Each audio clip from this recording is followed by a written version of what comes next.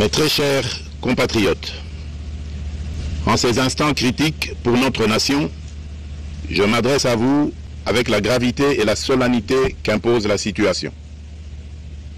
L'Est de notre pays, en particulier les provinces du Nord Kivu, du Sud Kivu et de l'Ituri, fait face à une aggravation sans précédent de la situation sécuritaire.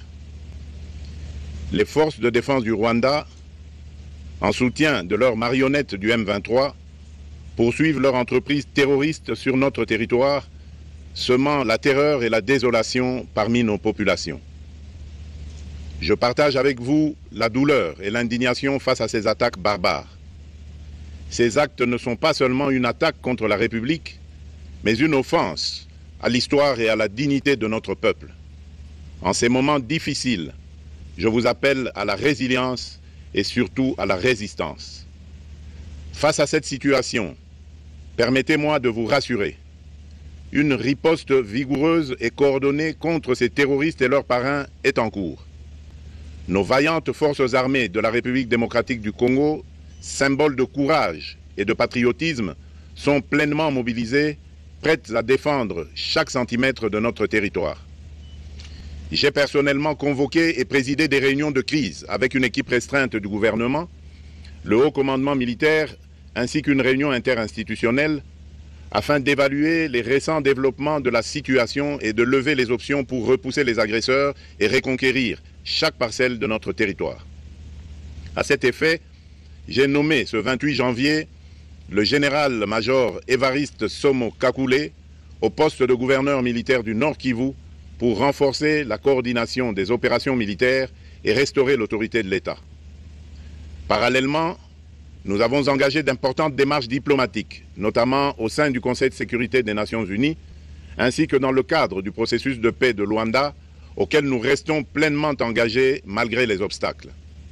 Nous privilégions la voie du dialogue, mais toujours avec lucidité, tout en restant fermement résolus à défendre notre territoire et notre souveraineté par tous les moyens nécessaires. Mais ce combat n'est pas seulement celui des FARDC. C'est le combat de tout un peuple, le combat de notre identité congolaise, afin de léguer aux générations futures un pays prospère et en paix. À tous nos compatriotes, dans chaque province, chaque ville, chaque territoire et chaque village, ainsi que ceux de la diaspora, sans distinction d'appartenance ethnique ou politique, unissons nos efforts. Apportons un soutien indéfectible, moral et matériel à nos vaillants soldats.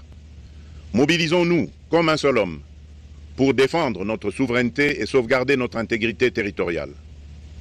Je suis pleinement conscient des souffrances de nos compatriotes qui fuient les hostilités. Le gouvernement est instruit d'activer le plan d'urgence humanitaire pour venir en aide aux déplacés. À vous, habitants de Goma et des environs, je ressens profondément votre douleur qui est aussi la mienne. Elle traverse nos cœurs et nos âmes en tant que fils et filles d'une même patrie. Mais face à cette épreuve, je vous exhorte à puiser dans cette force intérieure qui fait la grandeur du peuple congolais. Résistez avec courage. Faites preuve de vigilance constante et gardez votre calme malgré l'adversité. Sachez que nous ne sommes pas restés inactifs. Des plans de contingence sont préparés pour assurer la protection de la population civile et prévenir toute escalade de la violence. Les dispositifs de sécurité ont été renforcés pour protéger les zones stratégiques et nous travaillons sans relâche pour garantir le fonctionnement des services essentiels. Je tiens à rendre un hommage solennel à tous ceux qui ont payé le prix ultime dans cette lutte pour notre dignité et notre souveraineté.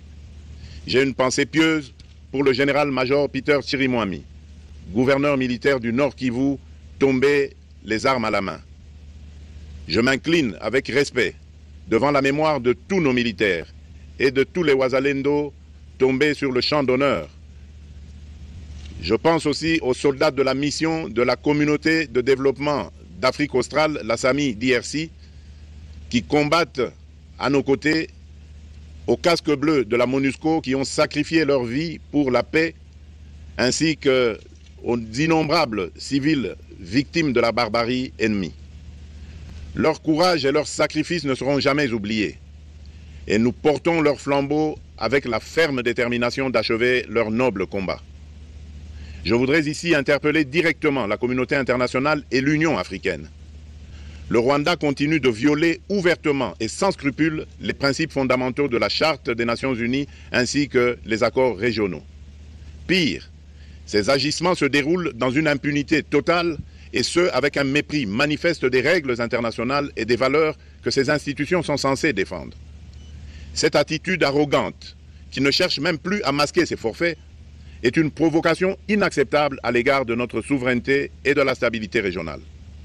La présence de milliers de soldats rwandais sur notre sol, leur soutien politique, logistique et militaire à leur pantin du M23, ainsi que leur implication dans l'exploitation illégale de nos ressources naturelles, nous conduisent tout droit à une escalade aux conséquences imprévisibles, mettant en danger toute la région des Grands Lacs.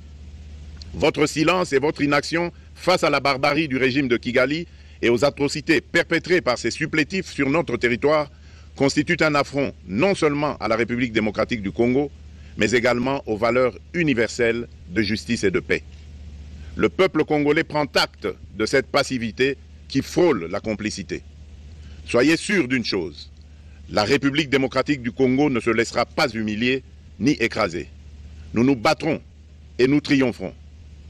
Congolaises et Congolais, l'heure est certainement grave, mais notre détermination est encore plus inébranlable.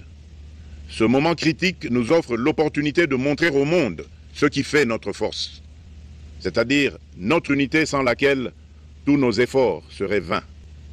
Je vous appelle à être vigilants, mais à ne pas céder à la haine, aux divisions ou à la violence. Je condamne avec la plus grande fermeté les actes de vandalisme et de pillage qui ont visé certaines missions diplomatiques accréditées en République démocratique du Congo, ainsi que des intérêts privés dans la ville de Kinshasa. Ces comportements irresponsables dénaturent l'expression saine de notre colère face à l'agression barbare nous imposée et jettent une ombre sur les manifestations pacifiques de soutien à nos vaillantes forces armées qui luttent avec courage et abnégation pour défendre notre souveraineté. Notre engagement doit rester ferme et discipliné. Nous gagnerons cette guerre par notre unité, notre courage et notre sens de responsabilité, et non par la violence aveugle et par l'anarchie. Cette victoire ne sera possible que si chaque Congolais, où qu'il soit, prend toute la mesure du combat qui est le nôtre. J'appelle donc la nation entière, hommes et femmes, jeunes et vieux, acteurs politiques, opérateurs économiques, membres de la société civile, confessions religieuses, artistes et sportifs à se mobiliser, à faire bloc derrière nos vaillantes forces armées et à contribuer chacun à son niveau à l'effort de guerre. J'ai instruit le gouvernement de mettre en place des mesures rigoureuses de réduction du train de vie des institutions et de leurs animateurs afin que les ressources ainsi économisées soient directement réorientées vers le soutien à nos forces armées. Dans cet effort national, j'en appelle également à la responsabilité du secteur privé, qui est invité à contribuer activement à cette cause commune. Nos soldats se battent avec héroïsme pour la défense de notre intégrité territoriale et de notre souveraineté. Ils ont besoin de notre soutien total, qu'il soit moral, matériel ou logistique. À la jeunesse congolaise, pilier et espoir de notre nation, je vous exhorte à répondre massivement à l'appel de la patrie. Le moment est venu de vous lever, de mettre votre énergie et votre créativité au service de la nation.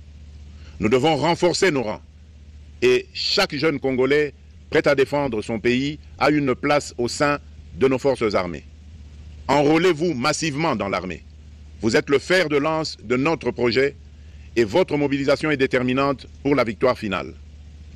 Aux braves populations du Nord Kivu, du Sud Kivu et de l'Ituri, vous êtes le symbole de la résilience congolaise, une source d'inspiration pour toute la nation.